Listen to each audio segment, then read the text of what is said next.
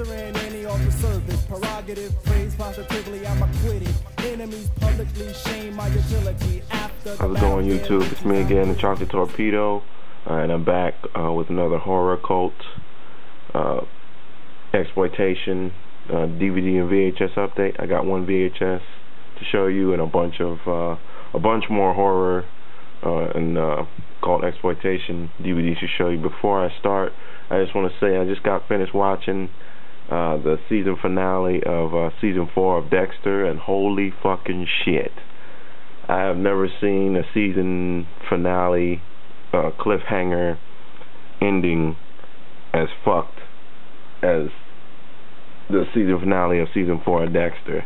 I'm still in shock. Any fans of that show should definitely try and check that out. But I mean, I don't really need to say that to people that watch the show already, because they probably already did. But holy shit. But anyway, on with this update. I'll go ahead and start this off with the one VHS I picked this up off Amazon. It's the 13th reunion. Another thriller Elvira big box. I'm trying to get them all.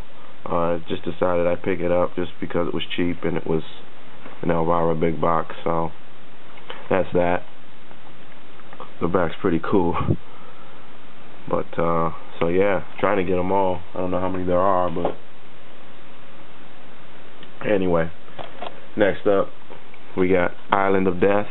I've seen this mentioned in a few of MrParka's videos, so I decided to seek it out. Finally found a copy for $12, Silver Platters in Seattle.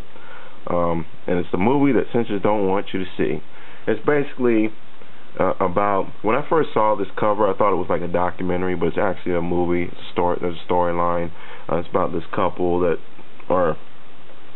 this man and this woman that go around this island. I guess what I got from it, they were trying to cleanse it of impurities, I guess, in their own fucked up way. But this is a very trying to find the right word, very offensive movie. I mean, it's like they took the most perversions they could think of and put it into a movie.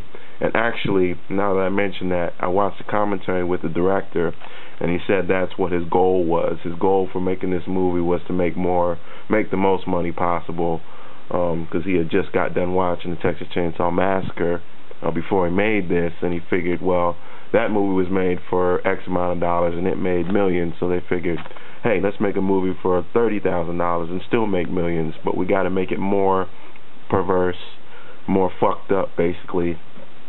And he came up with this.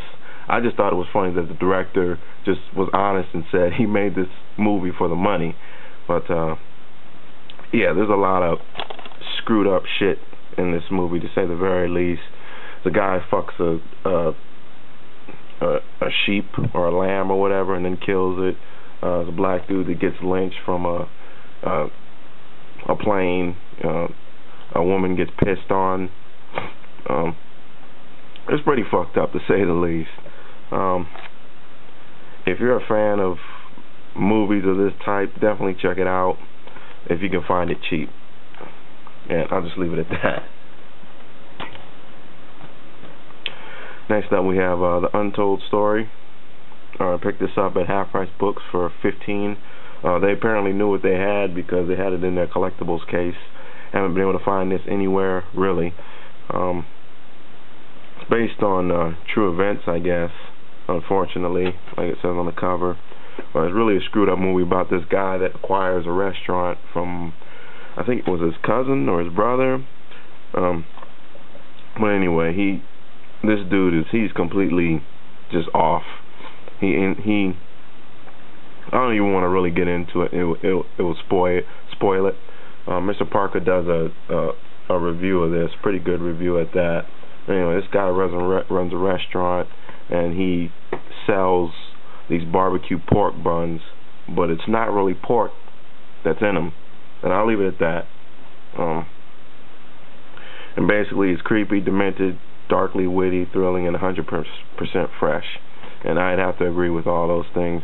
The only thing I really didn't like about the movie is like they tried to throw in comic relief whenever the police officers were on screen.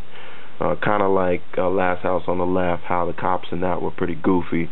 There's the same vibe in this movie with the cops. Anybody that's seen both of these movies knows what I'm talking about. I'm not comparing the two, obviously.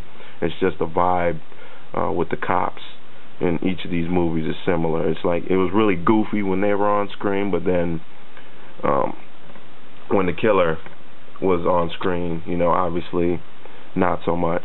But yeah, this is a very disturbing, very violent movie. I highly recommend it though for anybody that likes stuff like this, just like Island of Death. Moving along, Living Doll.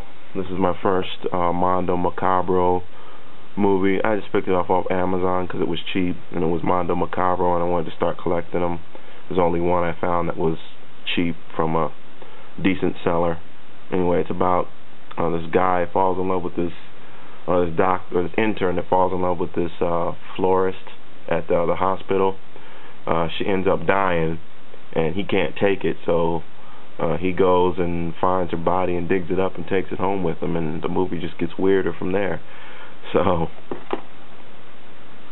but yeah, made in 1990 in the UK. It looks like a bunch of special features. It was an alright movie. I mean, nothing spectacular. Next up we have Penance, and this is a really deranged movie. It's about this woman that she has a daughter that she finds out is diagnosed with a form of cancer. So she has to figure out how she can make money to pay for medical bills and other necessities. She's doing kind of bad as is, and then she gets the news that her daughter suffers from cancer. So it's like it goes from bad to worse for her. So she decides to take up stripping. Her stripper teacher gets beat up one night and convinces her to take this job. It's like a top secret job, and she says, if you take this job, you'll earn $3,000 for the night. So at first she's hesitant, but then she decides, okay, what the hell, I need the money. So she goes to this top secret job, and that's where things get really fucked up. And I'm not even going to go into any details. It's starring Michael Rooker. He's like a psychopath killer type dude. And let's see, Graham McTavish, that guy right there. I guess he was in Rambo. He's the main sicko in this, I guess. He does a really good job. But yeah, if you want to know, like, if you want more details about what this movie's about, check out MrParka's review on his channel. That's the reason I picked this up in the first place. But really good movie, very, very disturbing. Pretty short though. That's my only complaint. But anyway, next up we have Sick Girl. Decided to pick this up because it was a Synapse release, and the cover just kind of draws you in. Basically about this girl. Her name's Izzy. Her older brother goes off to Iraq, so she's left taking care of her little brother. I guess I don't remember what happened to her parents. I think they both died or something. But she gets the help of like a family friend, this biker. But anyway, long story short, she is disturbed, and she goes around basically just killing people. It's really a strange movie. I really enjoyed it. There's a few gory parts, and a few parts you're just gonna be like, what the fuck did I just look at, you know? And all I'm gonna say is, towards the end there's a scene with a homemade strap-on, and that's all I'm gonna say. Homemade strap-on. But anyway, that's Sick Girl. And then we have Murder Set Pieces, the director's cut. Finally tracked this down. Was glad to have it. I'm not really going to go into too much details about it. It's basically about this big Russian cock diesel motherfucker that goes around slaughtering women because he's got this woman-hating complex because of his mother.